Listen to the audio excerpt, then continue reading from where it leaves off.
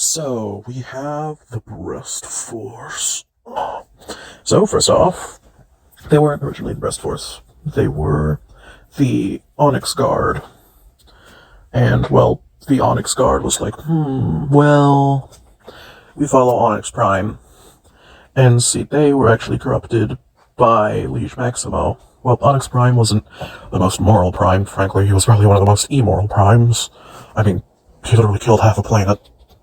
Because animal abuse, instead of talking about it, he just executes people. Which is funny, because Gil Bison actually takes the role of the executioner. They all have habits from Onyx Prime. Although it's, a lot less powerful since it's not, one united force. But Deathsaurus was actually sculpted after Onyx, since in my AU, the Primes have a Titan, they have a Power Master, and then they have, well, the Power Master is the Guardian, also. But, they have, backups, so that they can imbue their power into newer generations of Cybertronian. You know what I mean? So, yeah. But then, the Destrons, or Chest Masters, or the Onyx Guard, as I'm calling them. Basically, Deathsaurus was one of the most loyal out of the 14 Power Masters. And also got along with the Titan of Onyx Prime, since they were both quite animalistic. And also, but Deathsaurus, for some reason, can't remember their name. For some reason, it's gone. All they know is that they had somebody who they trusted and could be vulnerable around, but otherwise they don't know. They don't know who or what or where. All they know is something happened, but they don't know what. By the way, the Titan is Chala. Chala. Also, fun fact, Chala is extremely distrustful of standard formers. And also colonized, the Jungle Planet, or Animatros, or Eucus, or Biosphera, or Biosphera, or Animatron, or Beast Planet, or Jungle Planet. In my AU, it's just called Biosphera. It's just Biosphere era. Never mind, we're going to Eucharis, or Animatros. it has a lot of names. Okay, it's just a colony with a lot of names. Okay, I might switch between the two. Or all of them, frankly. But whatever. And see, the thing is, Chala was a golden warrior. And also was kind of the transport for the Onyx Guard and Onyx Prime. Now, unlike most Titans, they didn't necessarily go inside of them and go into the host holder. They actually rode on her back. No stairs or chairs, nothing. They just kind of climbed onto her back and then just were there.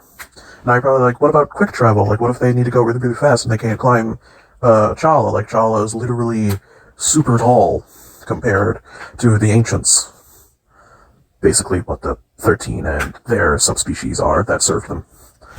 Well, the Ancients, they all could fly, in a way. Well, most of them. Drillhorn, Cobra, you're stupid. But they all had some way to quickly get onto Chala's back, and if that was impossible, then her claws would basically open up, or her talons, and then poopity poopity pop. Now you can just go in there. So, yeah. But I got sidetracked. We have Lyozak, like lion, and Lyozak is quite the treacherous soul. He's not necessarily, treacherous to his team. No. He's quite loyal, but he is treacherous to literally everybody else. If you are a part of his team, then you can just leave. So, yeah. He's kind of very flat characteristic-wise. I mean, he really likes his lion breast. I don't know what you could necessarily gain from that, but they work in unison. They have like a paired mind to each other. He also usually commands the Breast Force, since deathsaurus leads the other section of the Onyx Guard. But they were actually the Quintus Guard who went de facto to Onyx, but Quintus never really even cared about their guards, so it was fine. And Quintus was, so, that's why I said that there were 14, because Quintus made their own guard, but we're not talking about Quintus' guard, we're talking about Onyx's guard, so anyway.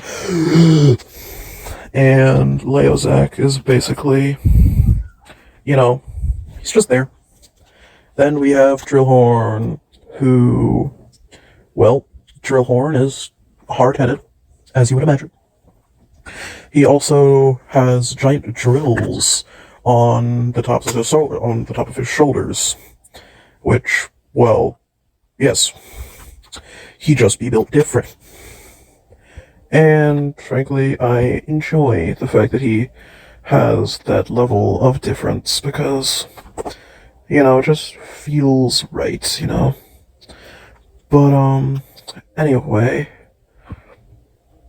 Drillhorn was hard-headed and didn't really like other ideas. He fully believed in Onyx Prime's philosophy of those who are not animalistic can be treated as ballistic, which basically meant if you weren't an animal former, then if you did something incorrect against an animal, you wouldn't be put on trial, you would be killed. But see, he had Onyx Prime's sadistic mask. Basically, the artifacts that make up their helmets are all from Onyx Prime, which are masks he never used, since he already had the beast masks that made up his face. Which actually all had abilities, but we're not going to go into that. Hence his hard-headed nature, since the sadistic mask was always one that wasn't prone to other ideas, merely doing what they feel in the moment. Then we have Skyhawk, or in Japanese, Gayhawk. That's how it's pronounced. Oh, and, little thing before I go, Drillhorn, their breast former, Hornbreast, is actually quite gentle, even though Drillhorn has the sadistic mask. Also, Leozak has the pride mask, which basically makes him super prideful, to the point of being a narcissist. Then we have Guyhawk. And he basically just hates people who claim that they are perfect, or have perfect characteristics, and such followable principles. And he even fights with other subordinates. Sixshot was actually one of the many that were like, okay, sounds interesting. And they were actually part of the Fallen Warriors, which we won't talk about them, but you could only imagine who they follow. Oh. And Sixshot, oh my god, Guyhawk. Well, he actually has feathers. They're all kind of organic in their own way. They all have cybernetic parts instead of, actually just adapting the flesh. The flesh. Oh, yes, the flesh. And he likes to make himself seem that he is perfect. He is the perfect acolyte of Onyx Prime. The perfect, devoted ruler of perfection. I've noticed a lot of red Transformers that I make in my EU have this god complex, which is absolutely hilarious. Hilarious and nefarious. But anyway, he, well, if he gets accused of being imperfect, he goes in a jet mode and just impales you. He is even faster than Leozak, so, yeah. Also, they all have, I'm gonna go into their weapon systems later. For right now we have Jalgar, or Jaragua, or Jaragar. I'm just gonna go with Jalgar. Oh, by the way, you're probably wondering, wait, how does Leozak have the Mask of Pride when Guyhawk thinks he's perfect?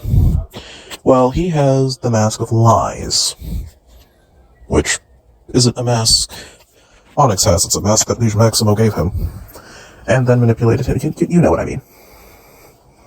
But then we have Jalgar, who has the Mask of Ferality, so feral characteristics. He usually goes around and, well, does feral things. He usually eats people, does feral things. Hump hump. And, I keep forgetting about Guy Hawks. Oh my god. I keep forgetting about Guy Hawks. Hawkbreast. Hawkbreast is a loyal scavenger, but also really likes screwing things up for other people. Anyway, back to Jalgar. Jalgar is much more feral and animalistic, but he also is one of the smartest, since basically he sees smells. Like when he smells something, it makes like a visual track. So if anything has a scent, if the scent is a similar musk, then it will have a similar appearance. So thus for the Onyx guard, mainly used him as the huntsman. Because, you know, he's peak like that.